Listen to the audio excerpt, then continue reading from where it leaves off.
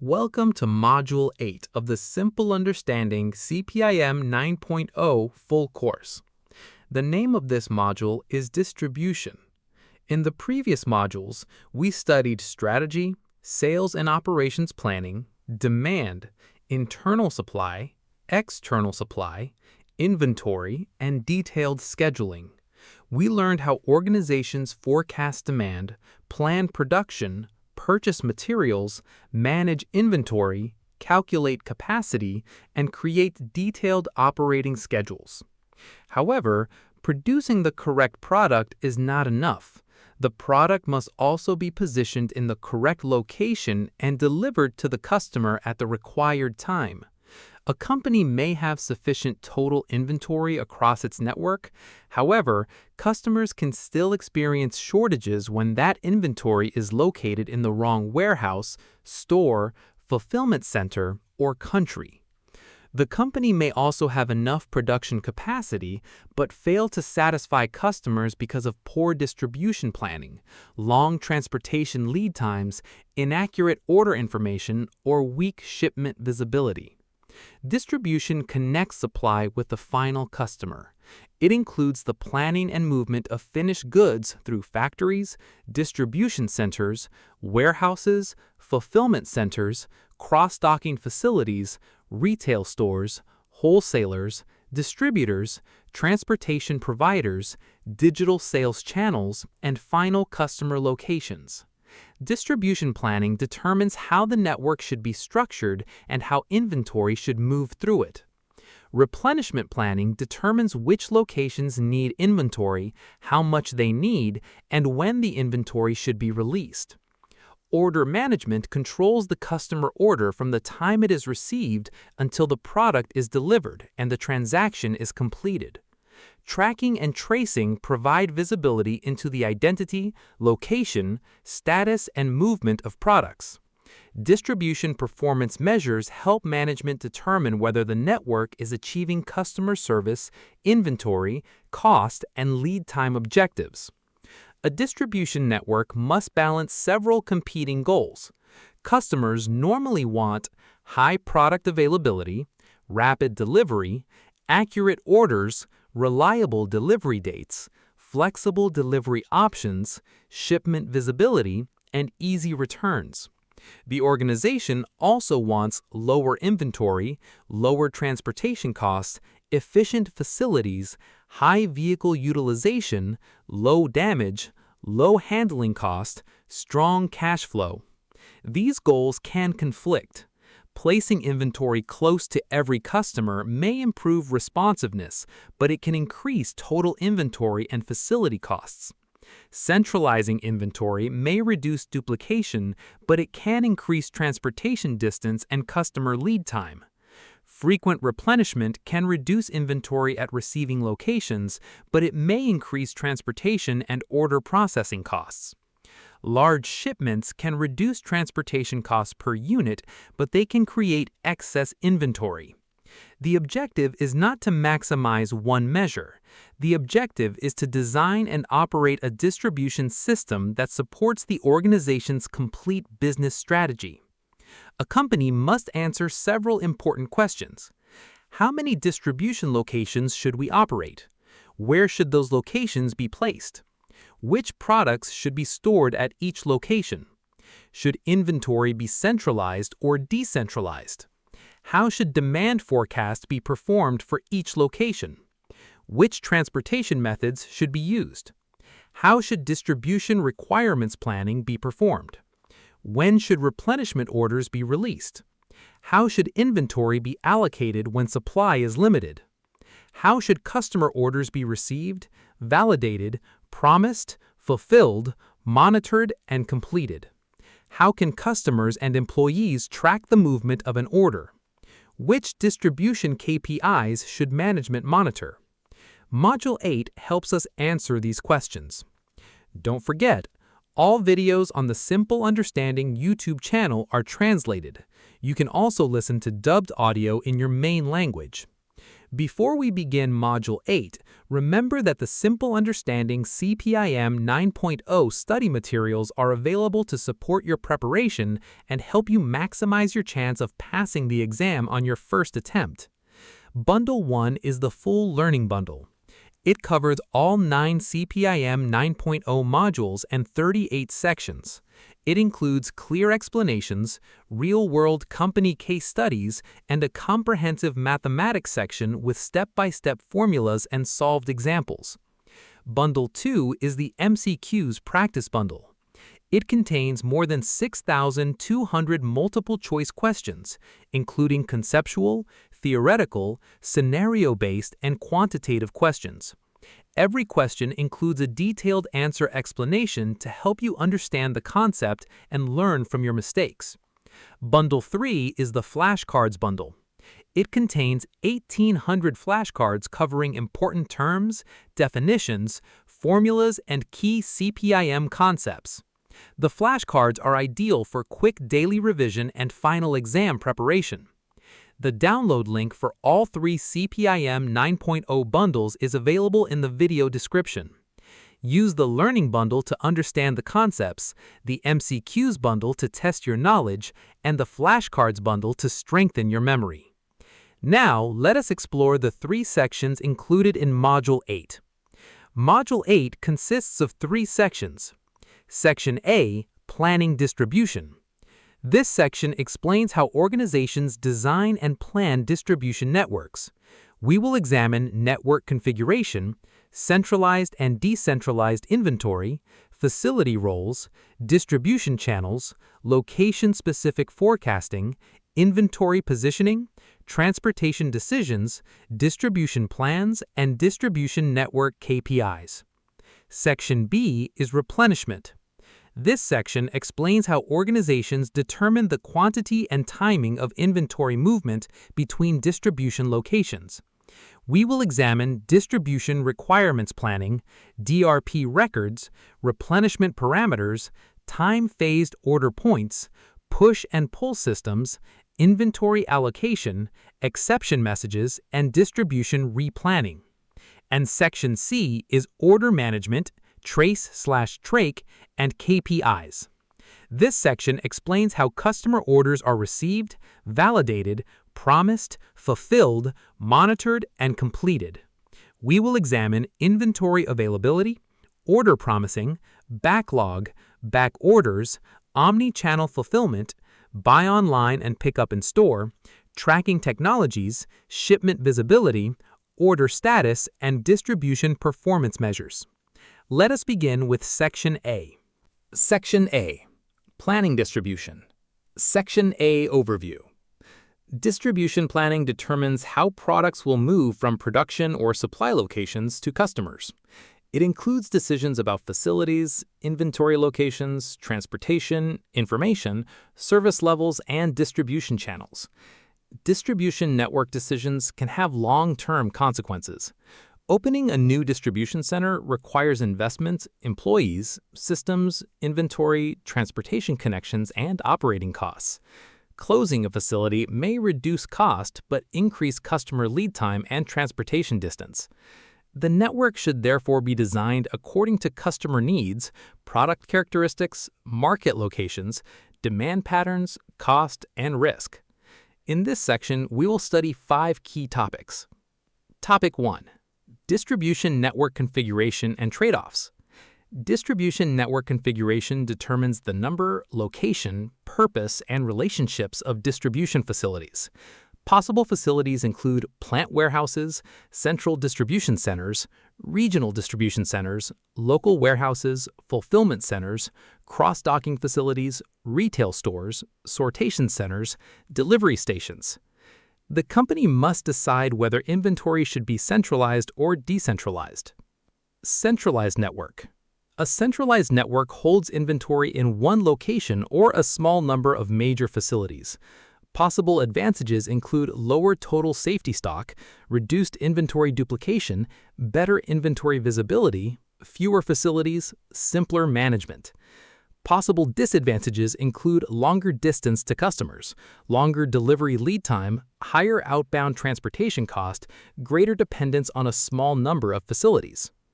Decentralized network. A decentralized network places inventory in more locations closer to customers. Possible advantages include faster delivery, improved local availability, shorter outbound distance, greater regional flexibility. Possible disadvantages include higher total safety stock, duplicated inventory, more facilities, more employees, greater planning complexity. The network decision should evaluate total logistics cost. A simplified view is total logistics cost equals facility cost plus inventory cost plus inbound transportation plus outbound transportation plus handling plus information system cost plus stockout and service failure costs. Suppose Network A uses one central warehouse. Annual costs are facility cost $1 million, inventory carrying cost $800,000, inbound transportation $500,000, outbound transportation $2 million. Total annual cost equals $1 million plus $800,000 plus $500,000 plus $2 million. The result is $4.3 million. Network B uses 4 regional warehouses. Annual costs are facility cost $2 million, inventory carrying cost $1.2 million, inbound transportation $900,000, outbound transportation $900,000. The total annual cost equals $2 million plus $1.2 million plus $900,000 plus $900,000. The result is $5 million. Network A appears less expensive by $700,000. However, Network B may provide faster delivery and fewer lost sales. If Network A creates more than $700,000 in lost margin, penalties, or customer dissatisfaction, the lower visible cost may not represent the best decision. Network configuration should also consider risk. A highly centralized network may be efficient during normal conditions, but vulnerable when the central facility is disrupted. A decentralized network may provide alternatives, but each location adds cost and inventory. Many organizations therefore use a hybrid structure. Fast-moving products may be placed in several regional facilities, slow-moving products may remain in one central location. Real-world company example: Amazon. Amazon operates a connected network containing different facility types that support inventory storage, fulfillment, sorting, and delivery. Inventory can be positioned closer to expected customer demand to reduce delivery distance and improve speed. The network also allows inventory to support orders across several sales channels. Amazon's example demonstrates that facility location, inventory positioning, fulfillment, and transportation should be designed as one connected system. CPIM key takeaway: distribution network design should balance total cost, inventory investment, customer service, lead time, facility capacity, transportation, and disruption risk. Topic 2. Distribution channels and facility roles. A distribution channel describes a path a product follows from the producer to the final customer. A company may sell through direct sales, retail stores, wholesalers, distributors, agents, marketplaces, e-commerce platforms, omni-channel networks. Different channels create different distribution requirements. Direct distribution. The manufacturer ships directly to the customer. This can provide stronger customer contact and fewer supply chain levels. However, the manufacturer must manage order fulfillment and customer delivery. Indirect distribution. Products move through wholesalers, distributors, dealers, or retailers. These partners may provide market access, local inventory, sales support, customer relationships, delivery capability. However, additional levels can reduce demand visibility and increase total inventory. Distribution center. A distribution center receives products, stores them, and ships them to other locations or customers. Fulfillment center. A fulfillment center often processes individual customer orders, particularly for e-commerce.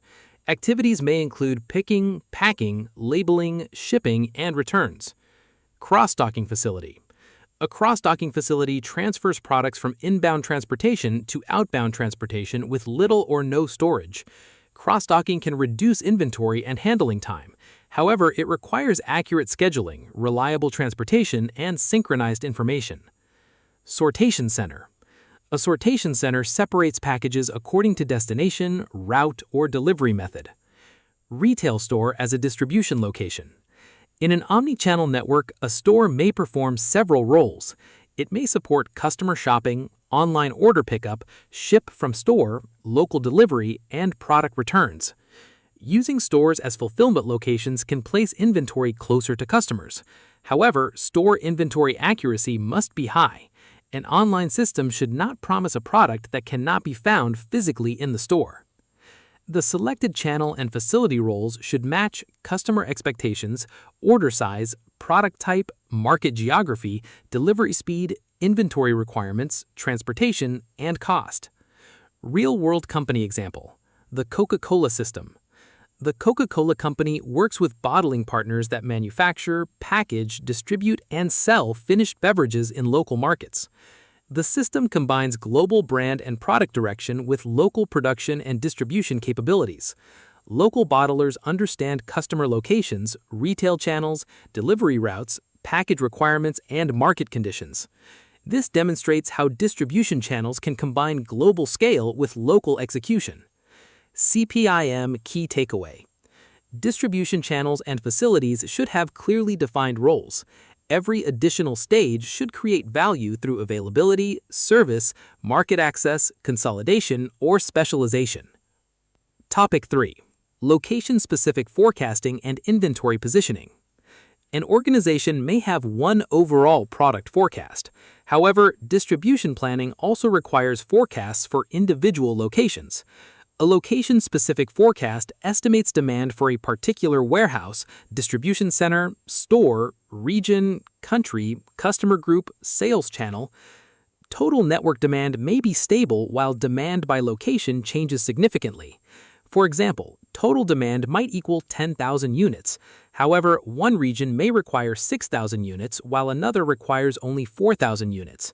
If the company places 5,000 units in each region, it may create a shortage of 1,000 units in the first region and an excess of 1,000 units in the second region. The company has enough inventory but poor inventory positioning. Location-specific forecasting may consider historical sales, customer orders, point-of-sale data, seasonality, regional preferences, weather, promotions, local events, market growth, store openings, channel demand, inventory transfers, stockouts. Recorded sales may understate actual demand when a location experienced a stockout. If a store could only sell 80 units because only 80 units were available, the true demand might have been higher. The planner should also distinguish customer demand from replenishment orders. A regional warehouse may place a large order because it's rebuilding inventory, not because final customer demand suddenly increased. Inventory positioning should be determined where stock should be placed before actual demand occurs.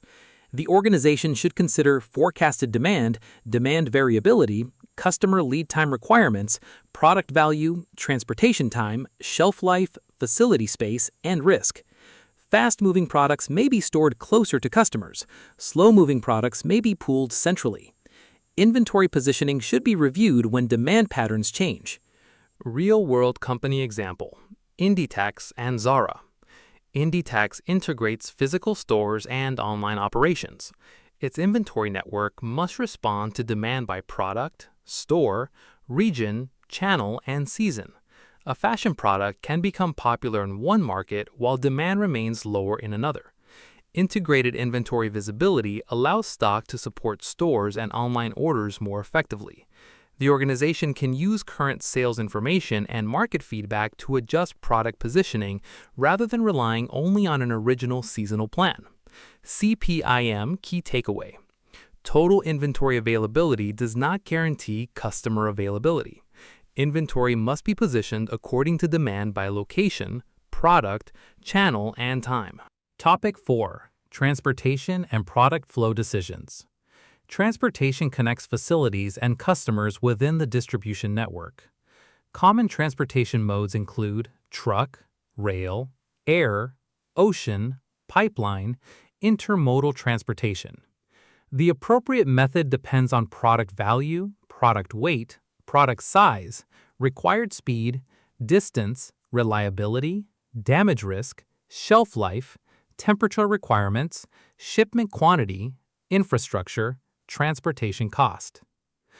Truck transportation. Truck transportation provides flexibility and direct delivery. It is commonly used for short and medium distances and final delivery. Rail transportation. Rail can be economical for large quantities moving over long distances. However, it may be slower and less flexible than truck transportation. Air transportation. Air provides speed. It may be suitable for high-value products, urgent orders, perishable products, emergency parts. However, air transportation is normally more expensive. Ocean transportation. Ocean transportation supports large international shipments.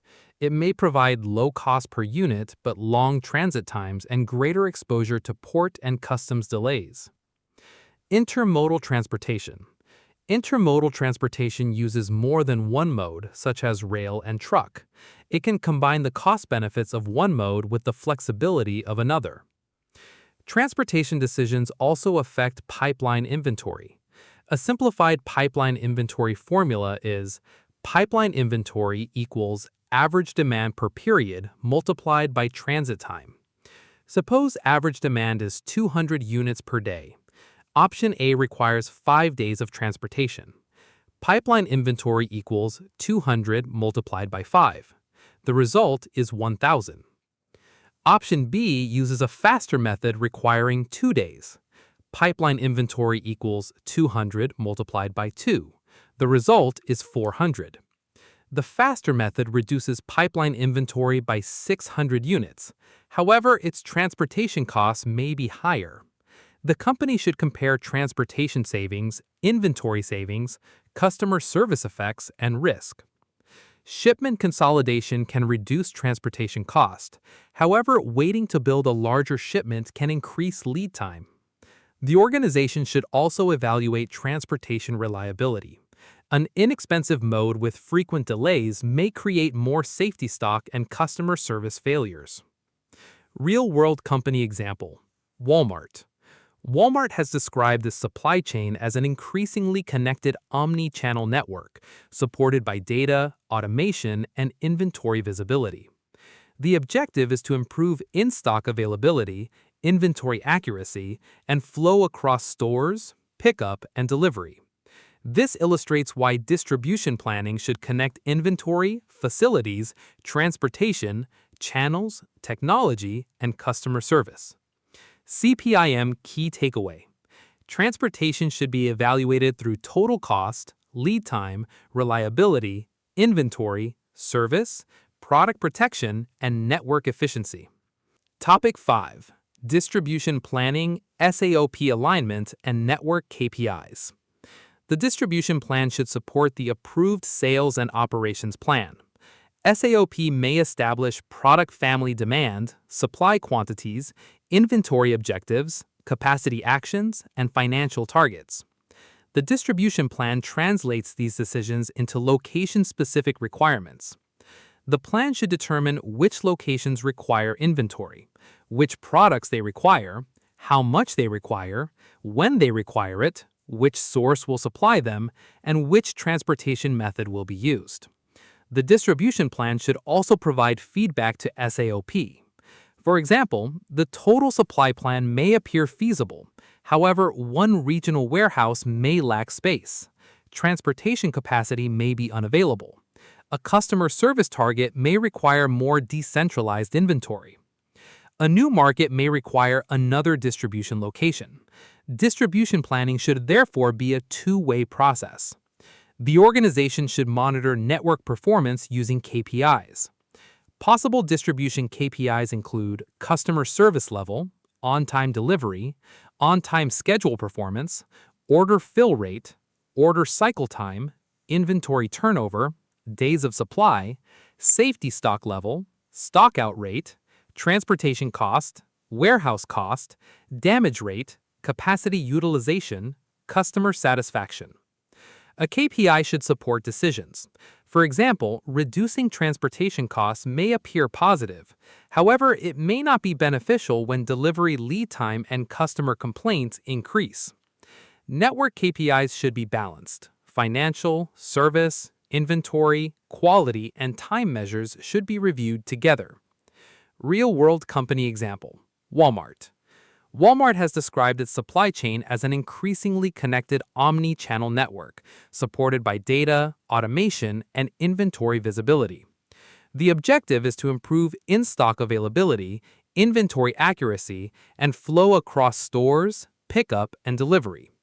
This illustrates why distribution planning should connect inventory, facilities, transportation, channels, technology, and customer service. CPIM key takeaway: distribution planning should translate SAOP decisions into location-specific inventory and transportation requirements while providing operational feedback to management. Let's summarize the 5 key lessons from Section A. First, design the right distribution network. Organizations must decide how many distribution facilities to operate, where to locate them, and whether inventory should be centralized, decentralized, or organized in a hybrid network to balance cost, service, and risk. Second, choose the appropriate distribution channels and facility roles. Products can reach customers through direct sales, retailers, wholesalers, distributors, e-commerce, or omni-channel networks, while facilities such as distribution centers, fulfillment centers, cross-docking facilities, and retail stores each perform different functions within the supply chain. Third, position inventory where demand actually occurs. Total inventory may be sufficient, but customers can still experience shortages if products are stored in the wrong locations. Accurate location-specific forecasting and effective inventory positioning ensure the right products are available in the right place at the right time. Fourth, make transportation decisions based on total supply chain performance. Transportation mode affects cost, lead time, reliability, pipeline inventory, and customer service. Organizations should evaluate the complete trade-off instead of selecting the cheapest or fastest option alone. Finally, align distribution planning with SAOP and monitor performance using KPIs. Distribution plans should translate SAOP decisions into location-specific inventory and transportation plans while providing operational feedback to management. Balance KPIs such as customer service, inventory turnover, transportation cost, and on-time delivery help ensure the network supports business objectives.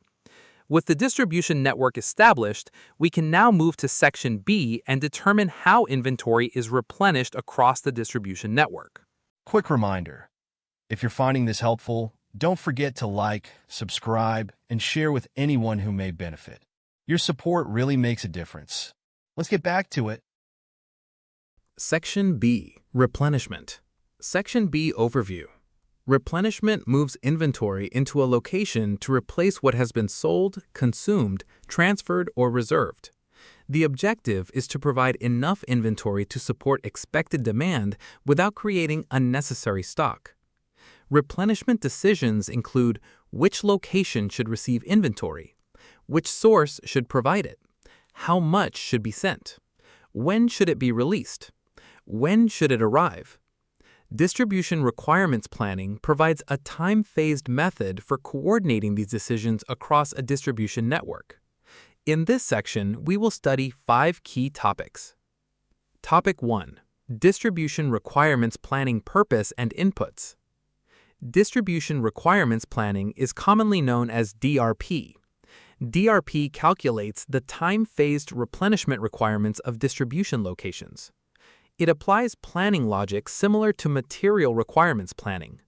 MRP calculates dependent material requirements for production. DRP calculates distribution inventory requirements by location and time. DRP inputs may include location-specific forecasts, customer orders, beginning inventory, scheduled receipts, safety stock, order quantity, order multiples, minimum shipment quantity, transportation schedule, facility capacity.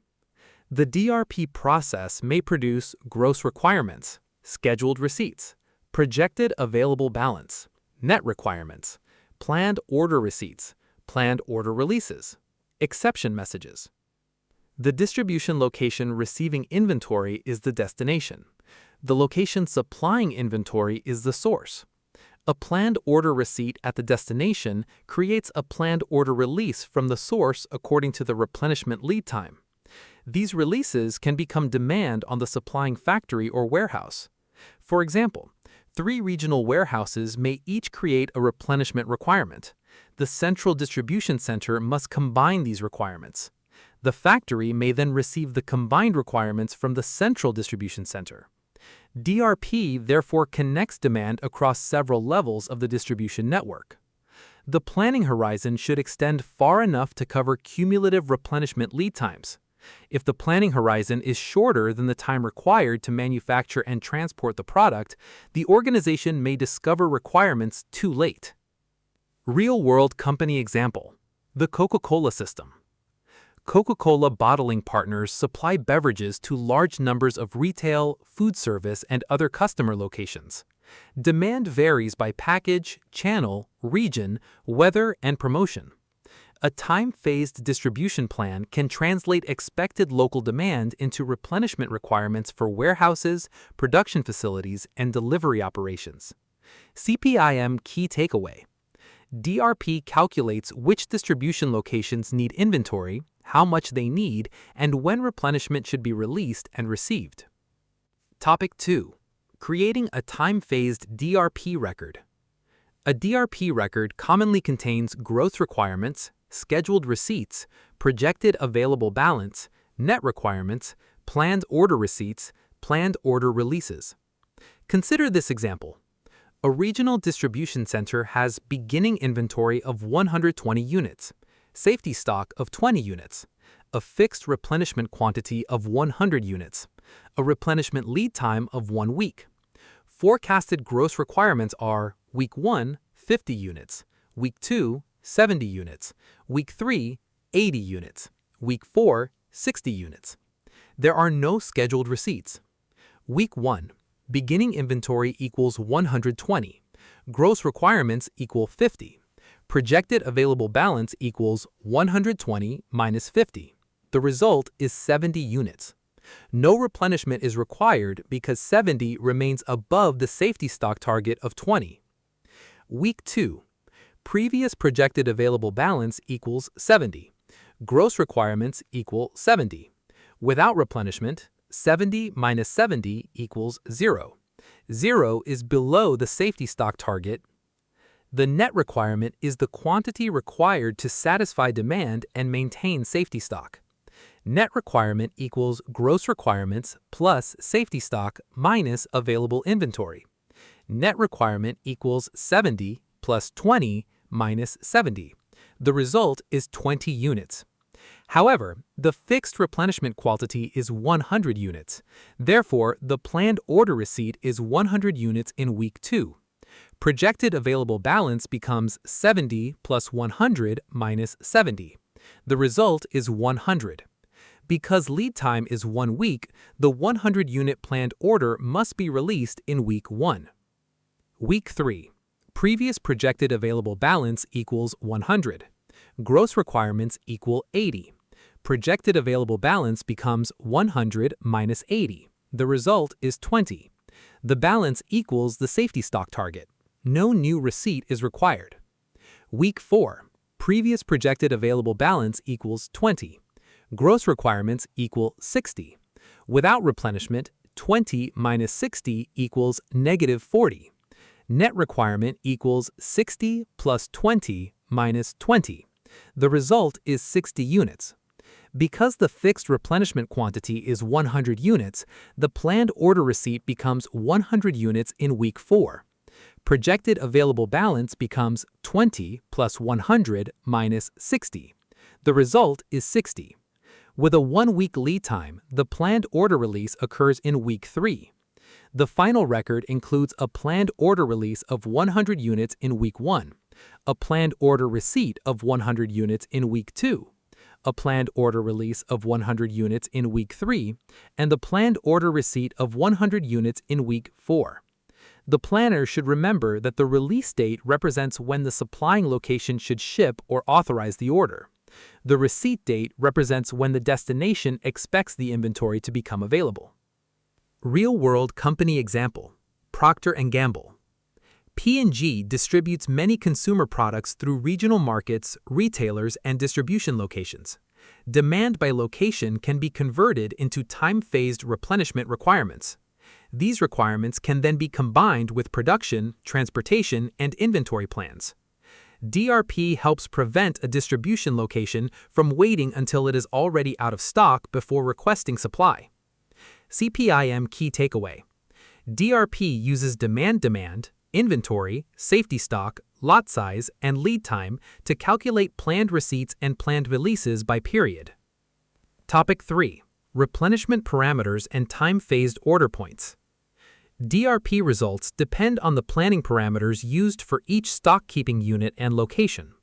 Important parameters include replenishment lead time, safety stock, order quantity, minimum order quantity, order multiples, period order, transportation calendar, source location, service level target, and shelf life.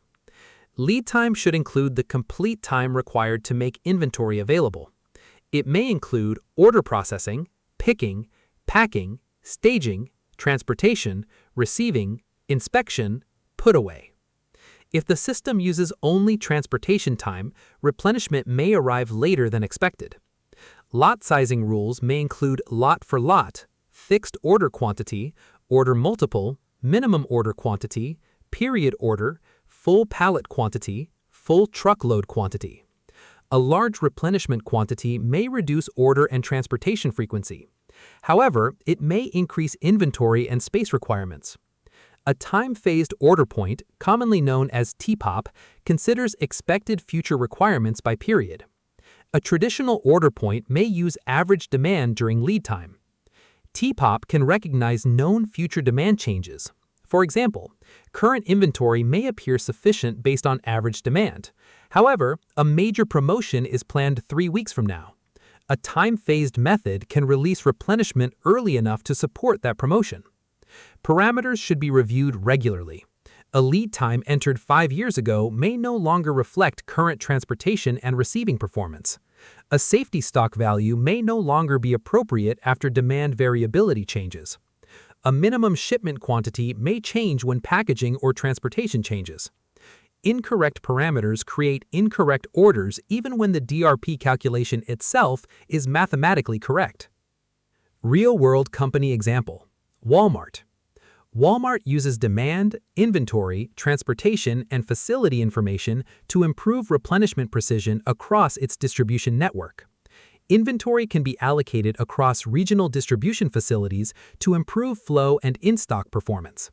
The quality of the replenishment decision depends on accurate lead times, demand signals, inventory positions, and network constraints. CPIM key takeaway: a correct planning system with incorrect parameters will produce incorrect replenishment decisions.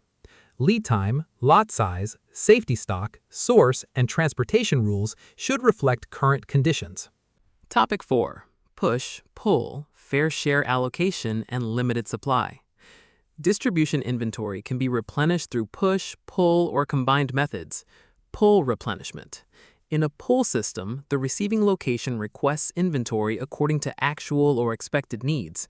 Examples include reorder point orders, DRP planned orders, Kanban signals, store replenishment orders. Pull systems can respond to local demand. However, each location may optimize itself without considering the total network. Push allocation. In a push system, a central organization decides how available inventory should be distributed. Push allocation may be used when a new product is launched, supply is limited, seasonal inventory is being positioned, a promotion is planned, a product is being discontinued. The central planner may use fair share allocation. Fair share allocation attempts to distribute limited inventory according to relative needs. Suppose 2 regional warehouses require inventory. Warehouse A has 100 units available, expected demand of 50 units per day. Days of supply equal 100 divided by 50, the result is 2 days. Warehouse B has 300 units available, expected demand of 75 units per day, days of supply equal 300 divided by 75, the result is 4 days. Warehouse A has the lower days of supply and may receive a larger portion of limited inventory. However, allocation should also consider customer priority, contract commitments, product shelf life, strategic markets, existing back orders, transportation lead time, profit, safety or regulatory requirements. Fair share does not always mean equal quantities. It means using an approved and transparent rule. The organization should avoid shortage gaming. A location may exaggerate its requirement because it expects to receive only part of what it requests. This can increase the bullwhip effect and reduce trust. Shared data and clear allocation policies can reduce this behavior. Real-world company example, Amazon. Amazon can position inventory across its fulfillment network according to expected demand. When product supply is limited, inventory allocation should consider demand by location, existing customer orders, delivery promises, and available fulfillment capacity. Sending equal quantities to every facility would not necessarily create the best customer outcome. CPIM key takeaway. Pull systems respond to location requirements. Push systems allocate supply centrally.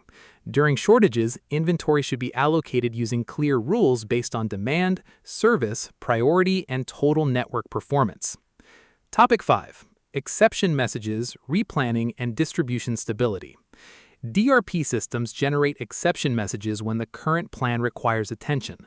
Possible messages include release a planned order, expedite an order, de-expedite an order, reschedule a receipt earlier, reschedule a receipt later, increase quantity, decrease quantity, cancel an order, resolve a past due order. Exception messages should be reviewed and acted upon. Ignoring a message may cause the planned order to miss the required release date. However, planners should not accept every recommendation without investigation. An exception may result from a real demand change, an incorrect forecast, an inventory transaction error, a delayed shipment, a lead time change, a duplicate order, an unusual customer order, a promotion, a product transition. Replanning can create distribution nervousness. A small demand change at one location may produce several changes in planned orders across the network. These changes can affect transportation bookings, warehouse labor, production schedules, supplier orders, inventory allocation. Frequent changes may increase cost and reduce confidence in the planning system. Time fences, firm planned orders, minimum change rules, and exception thresholds can provide stability. However, excessive protection can prevent the network from responding to real customer demand. The planner should distinguish between temporary variation and a structural change. A one-day sales increase may not require a major adjustment. A continuing trend may require changes to forecasts, safety stock, sources, or inventory positioning. Analytics and artificial intelligence can help identify exceptions and recommend adjustments. However, planner judgment remains important. Real-world company example, Walmart. Walmart has described systems that use real-time information and artificial intelligence to identify demand changes, reroute inventory, and support more responsive network decisions. This can help the organization react before a local shortage becomes a customer service failure. However, the system still requires accurate inventory data and clear operating rules. CPIM key takeaway. Exception messages should lead to timely investigation and action. Ignoring exceptions creates late replenishment, while reacting to every small change can create unnecessary instability throughout the distribution network. Let's summarize the 5 key lessons from Section B. First, understand the purpose of distribution requirements planning.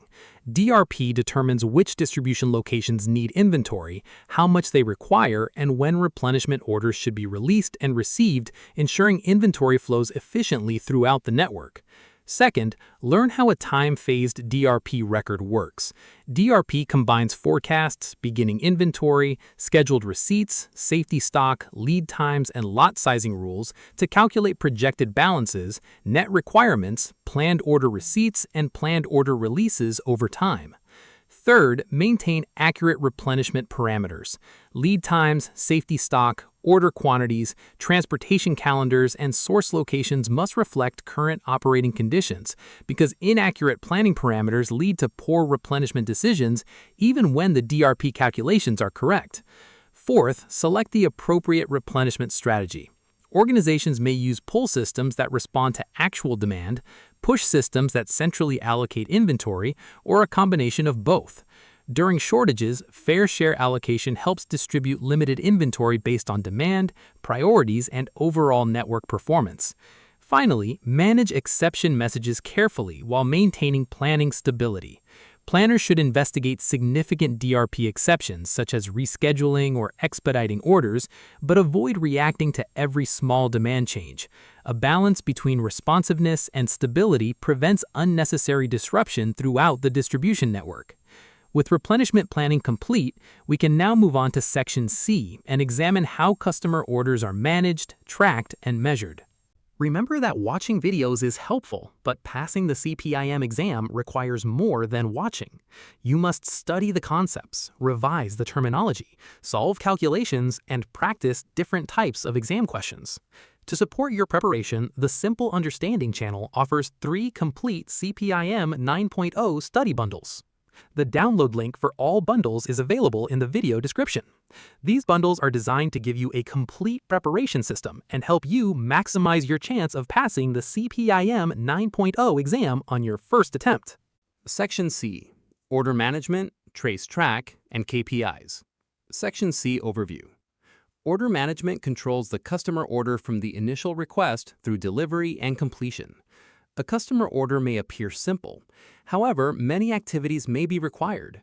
The organization may need to identify the customer, validate the product and quantity, confirm price and terms, check inventory, calculate a delivery date, allocate stock, release fulfillment work, pick and pack the order, select transportation, ship the product, track the delivery, create an invoice, resolve exceptions.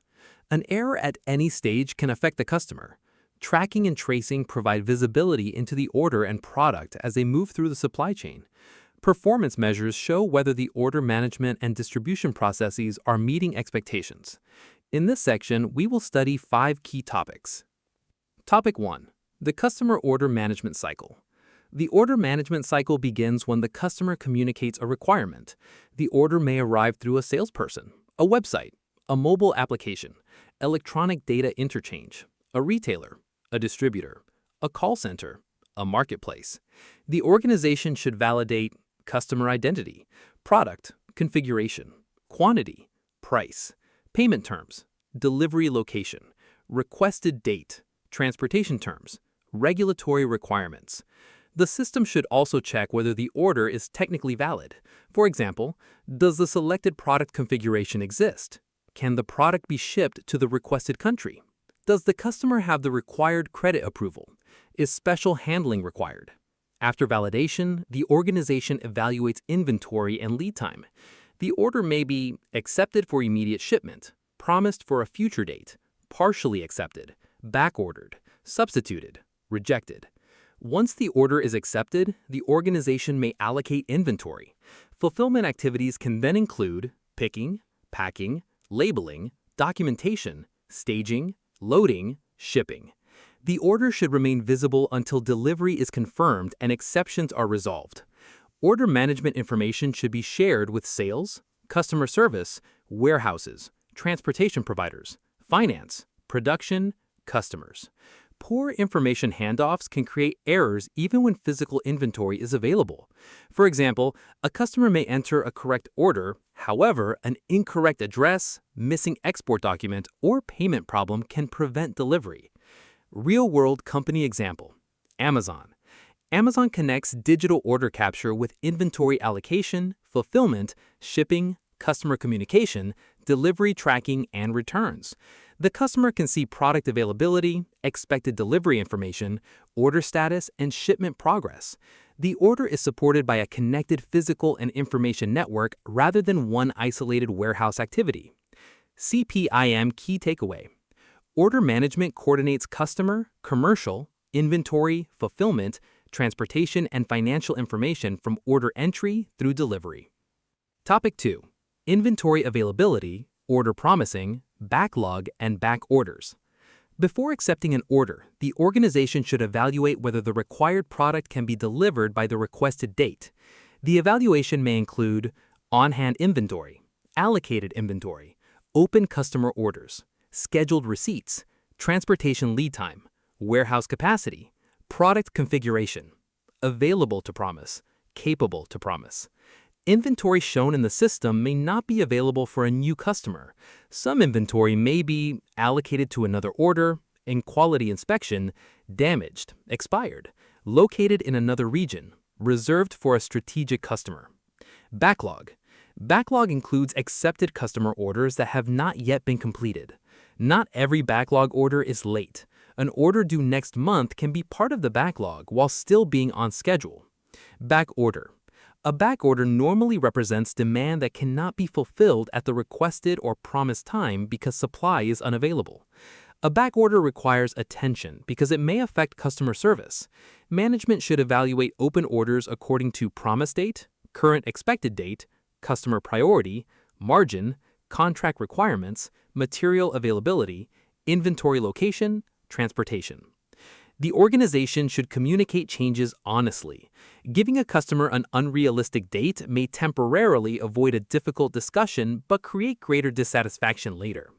A back order can be managed by expediting supply, using another warehouse, substituting another product, splitting the shipment, changing transportation, reallocating inventory, rescheduling production, negotiating a new date. A past due order should not remain in the system without an owner and action plan. Real-world company example. Walmart. Walmart's connected omni-channel network supports customer orders through stores, pickup, delivery, and fulfillment facilities. Inventory availability must be accurate across these channels. A product may exist within the total network but still be unavailable for a specific customer because it is too far away, already committed, or not available within the required time. CPIM key takeaway.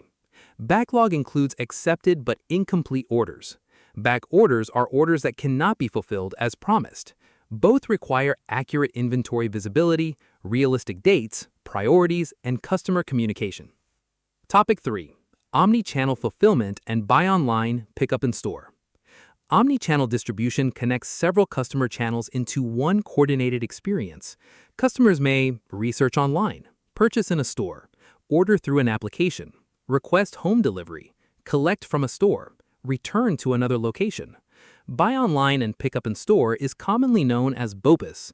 BOPIS requires coordination among the website or application, store inventory, inventory reservation, order allocation, store employees, pickup space, customer communication, payment, returns. Suppose an online system shows one unit available in a store. The customer orders it for pickup. If the system inventory is wrong, the store may not find the product. The customer experiences a service failure even though the digital order process worked correctly. Omni-channel fulfillment therefore requires accurate inventory, real-time or frequent data updates, clear allocation rules, defined employee responsibilities, suitable pickup and packing areas, order status communication. Products may be fulfilled from a distribution center, a fulfillment center, a store, a supplier, another region. The organization should select a source according to inventory availability, distance, customer promise, transportation cost, labor capacity, product condition. Using a store to fulfill an online order may improve speed. However, it may also remove inventory expected by store customers. The company should evaluate the total customer and financial impact. Real-world company example. Inditex and Zara. Inditex integrates store and online operations to support a connected omni-channel customer experience. Inventory from physical stores and digital channels can be viewed and managed as part of a broader network. This helps customers access products through several channels and allows the organization to use inventory more flexibly. CPIM key takeaway. Omni-channel fulfillment requires connected inventory, systems, employees, facilities, allocation rules, and customer communication. Topic 4. Tracking, tracing, and shipment visibility. Tracking determines the current location and status of a shipment or product. Tracing reconstructs its history, origin, movement, or chain of custody. Tracking may answer, where is the shipment now? When is it expected to arrive?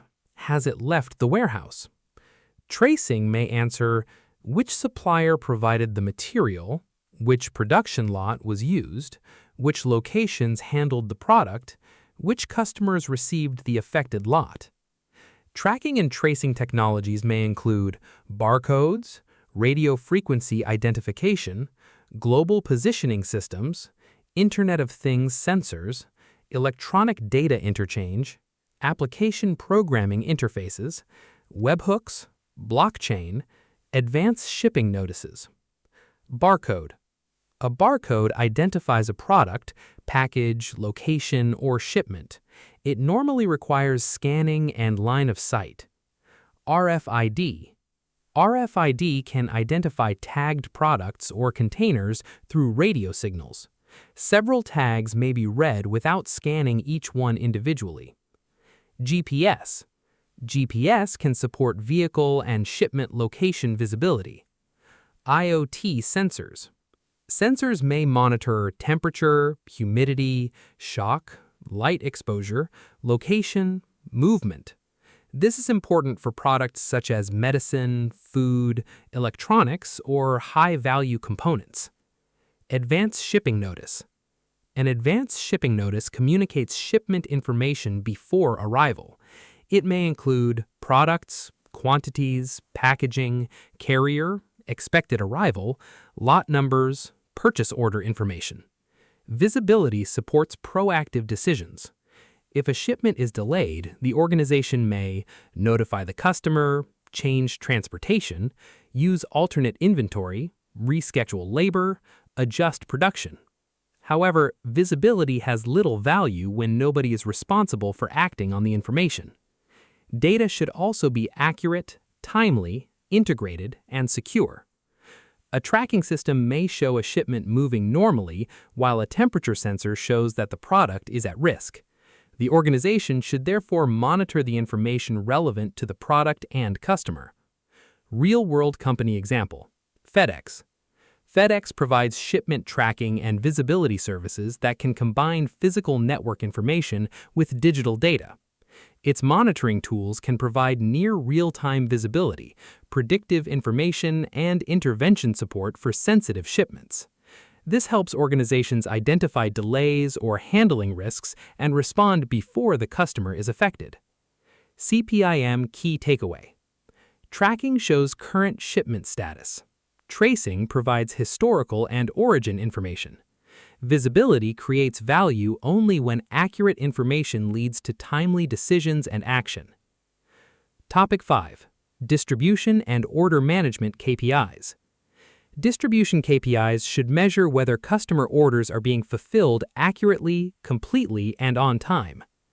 Common measures include on-time delivery, on-time in-full delivery, order fill rate, line fill rate, perfect order rate, order cycle time, backorder rate, stockout rate, damage rate, inventory turnover, transportation cost, warehouse cost, customer satisfaction. On-time delivery. On-time delivery measures whether orders arrive by the promised date. Suppose 950 of 1,000 delivered orders arrive on time. On-time delivery equals 950 divided by 1,000 multiplied by 100. The result is 95%. Order fill rate. Order fill rate measures the percentage of orders fulfilled completely from available inventory. Suppose 920 of 1,000 orders are fulfilled in full. Order fill rate equals 920 divided by 1,000 multiplied by 100. The result is 92%. On-time in full. On-time in full is commonly known as OTIF. An order must meet both conditions.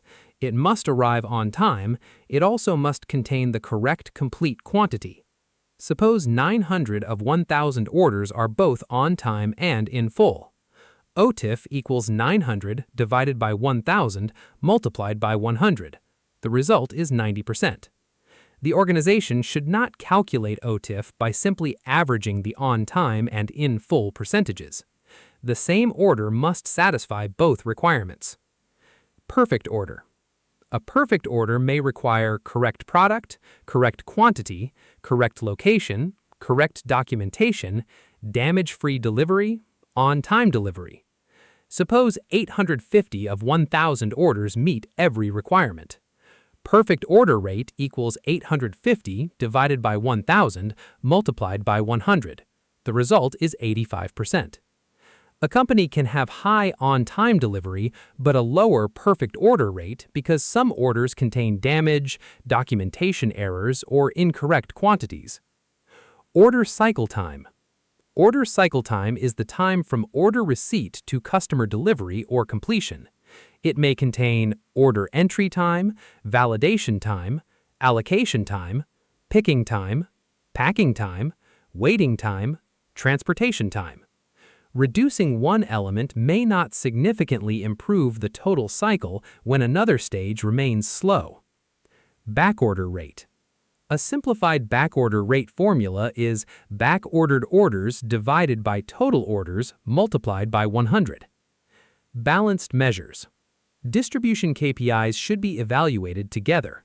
A company may improve on-time delivery through expensive premium transportation. Service improves, but cost may become unacceptable. A company may reduce transportation cost by waiting for full truckloads. Cost improves, but order cycle time may increase. The purpose is to understand the trade-offs and improve total performance.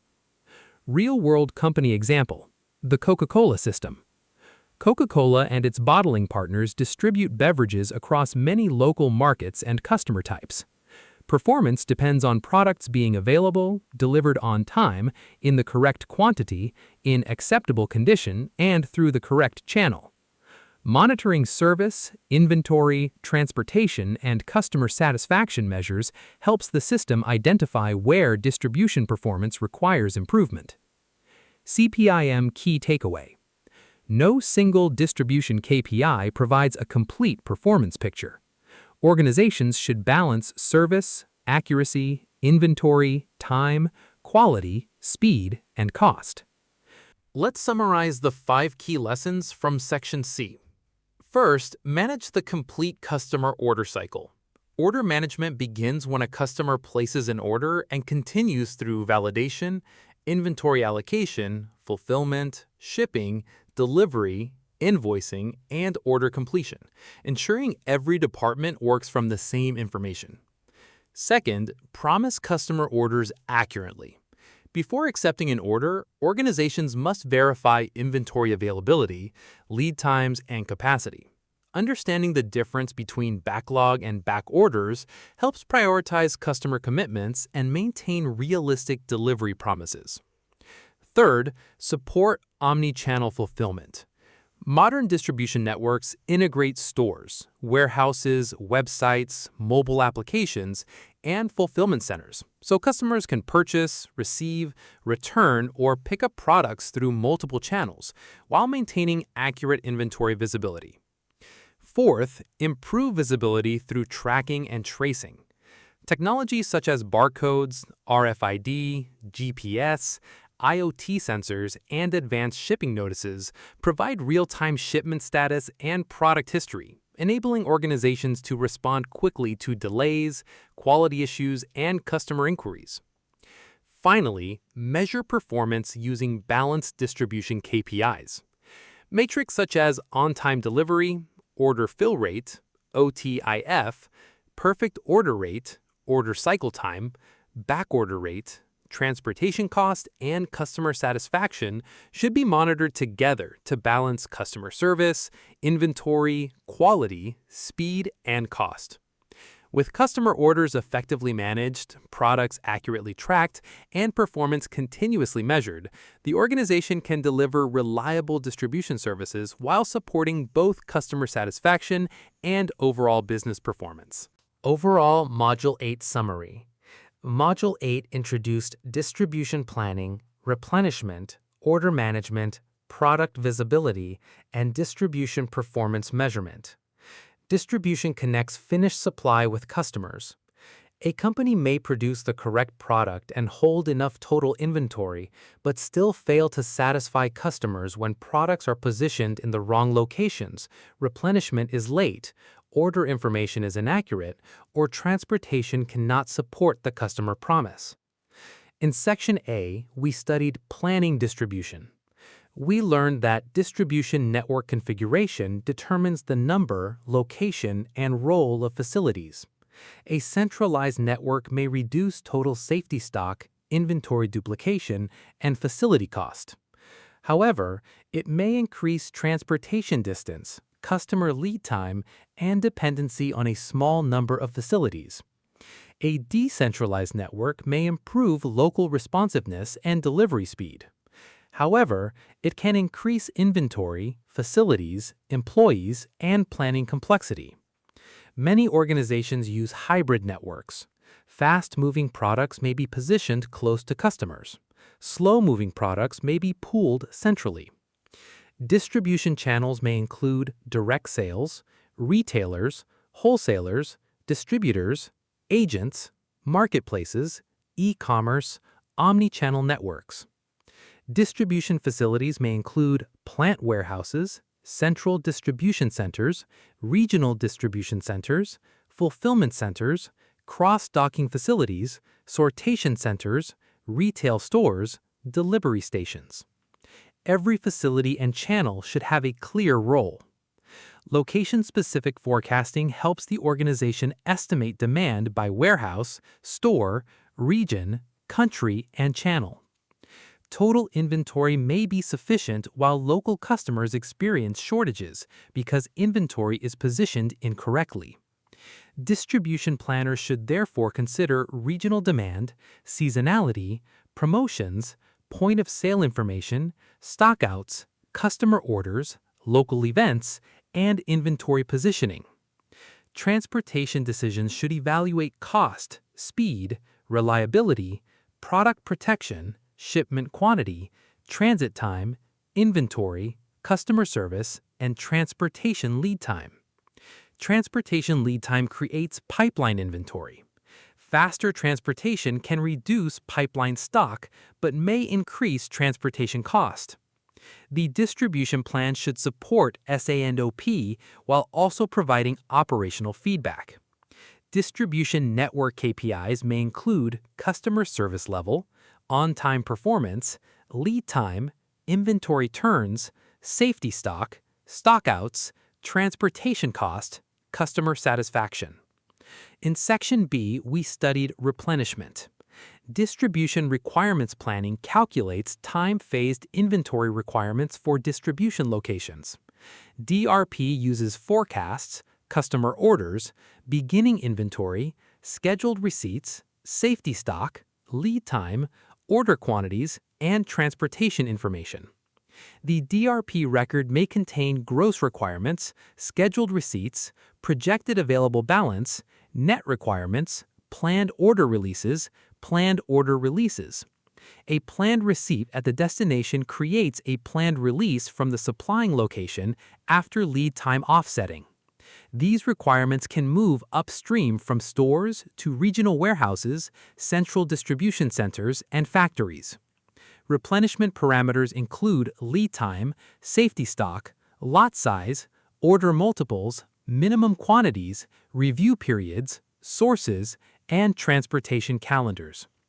Incorrect parameters will produce incorrect results even when the planning logic is correct. Time-phased order points recognize future known requirements instead of relying only on average demand. Replenishment may use push, pull, or combined methods. Pull systems respond to location requirements. Push systems allow a central planner to allocate available inventory. When supply is limited, fair share allocation can consider days of supply, customer priority, existing backorders, strategic markets, lead times, contracts, product shelf life. DRP systems also create exception messages.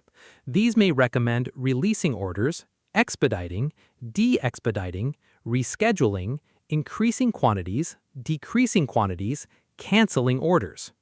Planners should investigate and act on meaningful exceptions. Ignoring exceptions can produce late replenishment. Reacting to every small change can create distribution nervousness and instability. In Section C, we studied order management, trace, track, and KPIs. Order management controls the customer order from initial entry through delivery and transaction completion. The organization should validate customer information, product, quantity, configuration, price, terms, delivery address, requested date, regulatory requirements, and inventory availability. Inventory availability should consider more than the physical quantity shown in the system. Inventory may be allocated, damaged, in inspection, reserved, or located too far away to support the requested date. Backlog includes accepted orders that have not yet been completed. Not all backlog is late. Back orders are orders that cannot be fulfilled as requested or promised because supply is unavailable. Back orders should have clear owners, priorities, actions, and customer communication. Omnichannel fulfillment connects stores, websites, applications, marketplaces, pickup, delivery, and returns. Buy online and pick up in store requires coordination among inventory records, reservation, allocation, store employees, pickup space, and customer communication. Tracking shows the current location or status of a shipment. Tracing provides information about the product's origin, history, and chain of custody. Tracking and tracing may use barcodes, RFID, GPS, IoT sensors, advanced shipping notices, EDI, APIs, and blockchain. Visibility helps organizations identify delays, quality risks, and handling problems. However, information creates value only when the organization responds to it. We also studied distribution and order management KPIs.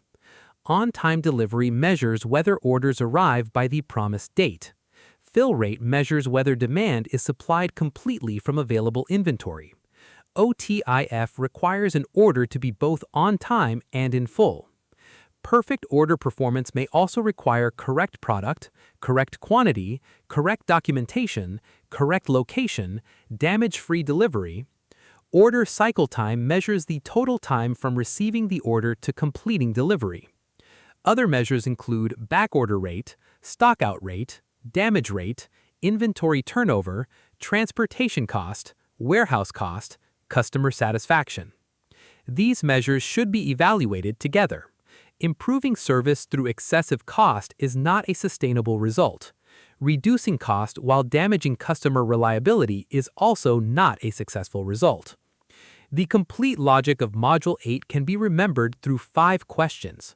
Where should inventory be positioned within the distribution network? How much inventory does each location require, and when should replenishment be released? How should customer orders be received, validated, promised, and fulfilled? How can the organization track products and shipments across the network? And which measures will show whether distribution is satisfying customers efficiently?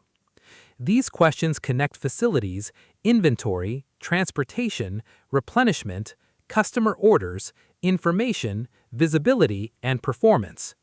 Distribution is not simply the physical movement of products. It is the coordination of supply, inventory, locations, transportation, customer commitments, and information. A successful distribution system provides the correct product in the correct quantity, at the correct location, at the correct time, in acceptable condition, and at an appropriate total cost. In the next and final module, we will study quality, capital equipment and facilities, technology, and continuous improvement. Module 9 contains 4 sections: quality, capital equipment and facilities, technology, and continuous improvement. We will examine quality management, quality tools, regulatory requirements, capital investment decisions, facility planning, break-even analysis, technology requirements, system implementation, master data integrity, Lean, Six Sigma, statistical process control, and structured problem solving. Remember to review the topics using the CPIM 9.0 Full Learning Bundle. Test your understanding with the 6200 plus MCQ Practice Bundle, and revise the important terms using the 1800 Flashcard Bundle. The download link for all three bundles is available in the video description. Don't forget to like and subscribe to the Simple Understanding YouTube channel and activate notifications so you do not miss any lesson. Share this course with anyone preparing for the CPIM exam. See you next video.